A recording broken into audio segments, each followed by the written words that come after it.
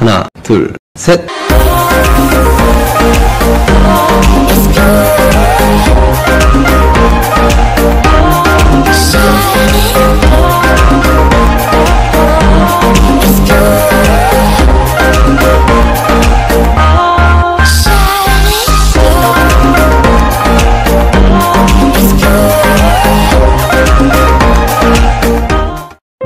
Halo Staras, kami senang melihat kamu ada di sini. Kami ingin mengucapkan terima kasih karena sudah mendukung kami.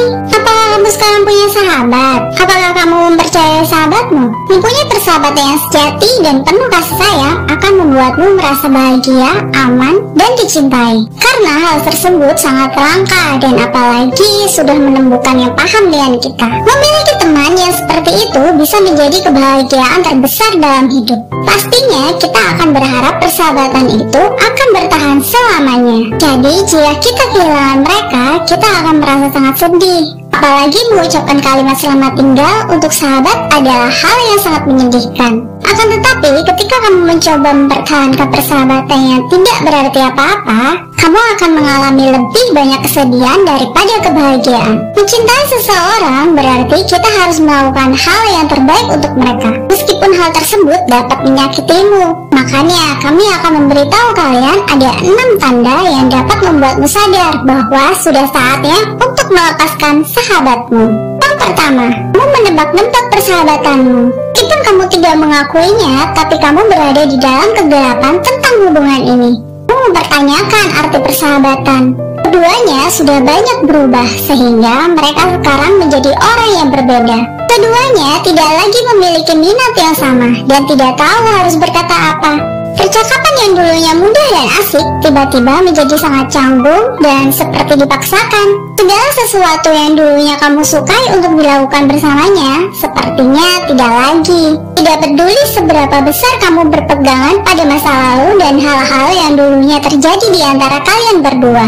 Tapi di dalam hatimu tahu bahwa sekarang semuanya sudah sangat berbeda. Yang kedua, kamu tidak berkomunikasi lagi. Alasan umum lainnya kenapa persahabatan berakhir adalah karena seseorang cenderung menjauh dari waktu ke waktu. Kemudian sahabatmu sudah menempuh jalan yang berbeda, namun kamu masih berpegang pada orang tersebut. Dan kamu berpikir masih memilikinya di samping kamu. Kamu masih menganggapnya sebagai sahabatmu meskipun kamu sudah lama tidak berkomunikasi atau berbicara dengannya. Kamu juga hampir tidak pernah bertemu dengannya lagi dan tidak ada yang berusaha untuk kembali bersama. Kamu mungkin akan tergoda untuk menganggap hal tersebut adalah normal, tetapi jika kamu sibuk atau tinggal berjauhan. Tapi pada titik tertentu semua kata-kata itu akan tampak seperti alasan kosong bagi kamu. Ketiga, kamu menginginkan hal yang berbeda. Kita semua memiliki rencana dan tujuan yang ingin kita capai dalam hidup kita. Dan terkadang mengejarnya bisa berarti membiarkan beberapa orang keluar. Agak sulit jika kamu dan sahabatmu menginginkan hal yang berbeda. Hal yang berbeda untuk kalian berdua dan bertahan di dalam persahabatan itu berarti salah satu dari kalian mengorbankan harapan dan impian. Meminta seseorang untuk mengorbankannya demi tujuanmu hanya akan membuat mereka kesal. Keempat, kamu menemukan teman lain. Kamu mungkin tidak menyadari bahwa hubungan kalian sudah renggang sampai kamu mendapatkan teman baru. Jika kamu merasa lebih nyaman dan tenang berbicara dengan orang lain daripada dengan teman dekatmu, itu adalah tanda peringatan yang memberitahu kamu bahwa sekarang saatnya untuk melepaskannya. Setidaknya, kamu harus menerima kenyataan bahwa pertemanan tidak lagi sama dan label sahabat mulai kehilangan nilainya. Ini bukan berarti teman-teman barumu akan memperlakukanmu lebih baik atau kamu menyukai mereka. Mereka lebih baik daripada sahabatmu itu. Dan kamu merefleksikan dirimu sendiri ke mereka tentang fakta itu. Itu berarti bahwa kamu merasa lebih dekat dengan mereka daripada teman lamamu. Kelima, mereka merusak kepercayaanmu. Ini adalah alasan yang sangat menyedihkan untuk mengakhiri persahabatan. Namun sayangnya hal ini memang terjadi. Bagaimanapun juga kepercayaan adalah fondasi dari hubungan yang sehat. Tanpa Tanpa itu, setiap hal tidak akan pernah bisa bergerak maju atau menjadi lebih baik di antara kamu dan sahabatmu.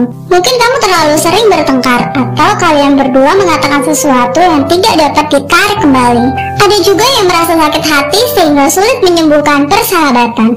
Penelitian Colin and Van Dulman pada tahun 2006 menyatakan bahwa meskipun terus memaafkan dan melanjutkan hidup adalah dua pilihan. Hal tersebut yang bisa kamu lakukan saat itu adalah memulai kembali dan menemukan kedamaian dengan orang lain.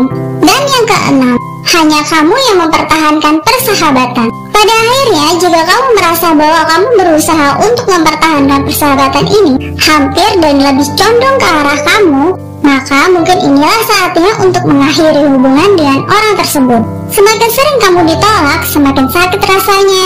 Apalagi dengan seseorang yang kamu anggap sebagai teman terdekat.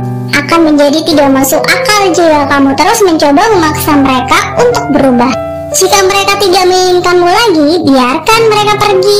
Meminta jawaban atas masalah-masalah tersebut adalah pilihan yang bisa kamu buat. Tapi kamu tidak boleh melakukan lebih dari itu. Secara umum memang tidak baik untuk harga diri dan moralmu. Ketika kamu hidup dengan seseorang yang jelas-jelas tidak menginginkanmu, lebih baik kamu melepaskannya. Meskipun itu adalah keputusan tersulit dan menyakitkan di dalam hidupmu. Kamu mungkin akan melalui masa-masa kesedihan dengan penuh kemarahan, penyangkalan, dan kesedihan sebelum kamu bisa menerima kenyataan. Tapi pada akhirnya di lubuk hatimu yang paling dalam akan menyadari bahwa kamu sudah melakukan hal yang benar. Setiap orang akan terus tumbuh dan berubah. Melangkah maju dalam hidup sama halnya belajar dan tumbuh dari masa lalu tanpa dihalangi oleh siapapun.